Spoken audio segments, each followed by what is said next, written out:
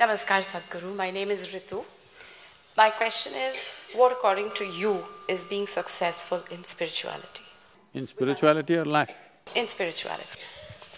And will I know it before I die? Thank you. See, what this entire contrived ideas about what is spirituality, what's happened is, people think if they're seeking God, they're spiritual. What you need to understand is, you have already made an assumption and then you're trying to concretize your assumption. You want a guru to tell you, yes, God is there seeking. Seeking means this, you don't know whether God rules this existence or devil rules this existence or it's simply unruled like India.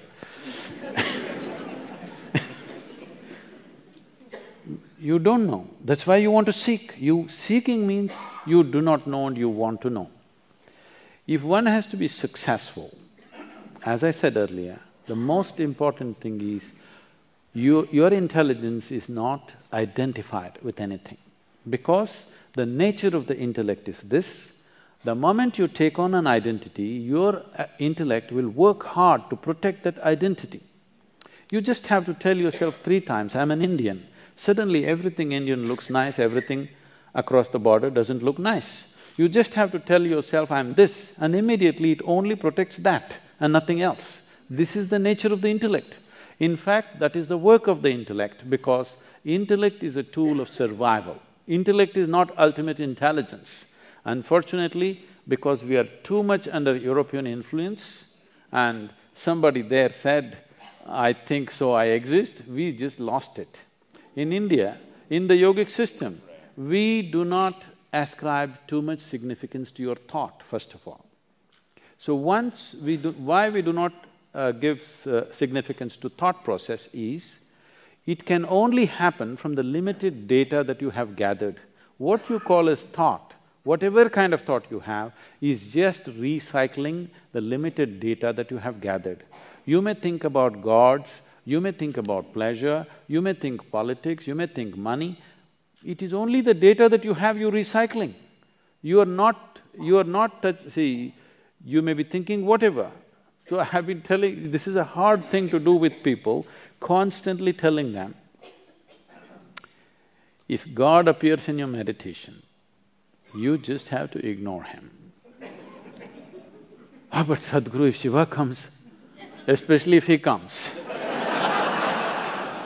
because Shiva is coming only because of the calendar images that you have seen. If you were born elsewhere, somebody else would be coming. So this is the old data playing up. So whatever plays up.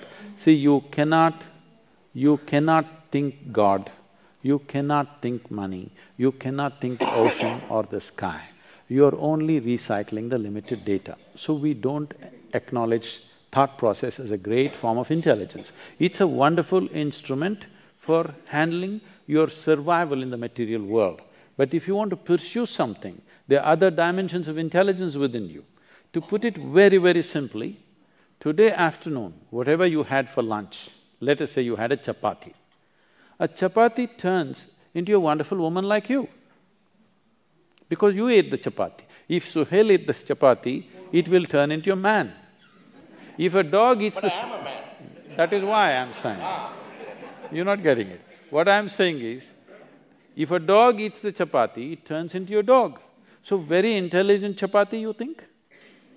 No, this is programmed. In your system, there is a certain volume of memory and intelligence which is capable of turning a simple chapati into a human being. When I say human being, I am talking about the most complex mechanism in the universe that we know of. There may be others, but this is the most complex mechanism in the universe that we know of. What have you manufactured such a complex machine with? With chapatis, bananas, dal and this and that? Just about anything you eat gets transformed. So there is an intelligence within you which is the very source of creation. Instead of finding access to this, you are too lost in your own thought process. Once you get lost in your thought process, your identities become super strong. When they become super strong, you have a sense of confidence, but all your clarity will go away. Unfortunately, the very foundations of the so-called religions of the world is about building confidence. Don't worry, God is with you. You know, there's some bank advertisements, you know, I'm with you. You know, our banker is with you. So, this is a confidence-building process, but confidence without clarity is a disastrous process. What you need is clarity. Confidence means you can't see, but you're confident. This is a dangerous way to go. This is a continuous disaster. See, it doesn't take thousands of years to figure out simple aspects of life. I'm saying, now Suhel is going at these things, anger, hatred, all kinds of prejudice against each other with great vehemence about it. What I'm saying is, these are simple things in a human being. After a million years of living here, if you can't figure it out, which way to be out of it, obviously your intellect is not doing well enough, isn't it? You need other dimensions of intelligence. People ask me, Sadhguru, all other gurus are doing so many miracles, you don't do anything. I say, you want me to pull a pigeon out of my pocket? If I do that, you will have a bird and I'll have a shitty pocket. But no, let's stay with this. But you do acknowledge that there are many such people who are actually defrauding the emotions of a large population by doing this kind of nonsense. See, corruption is not the prerogative of only spiritual people.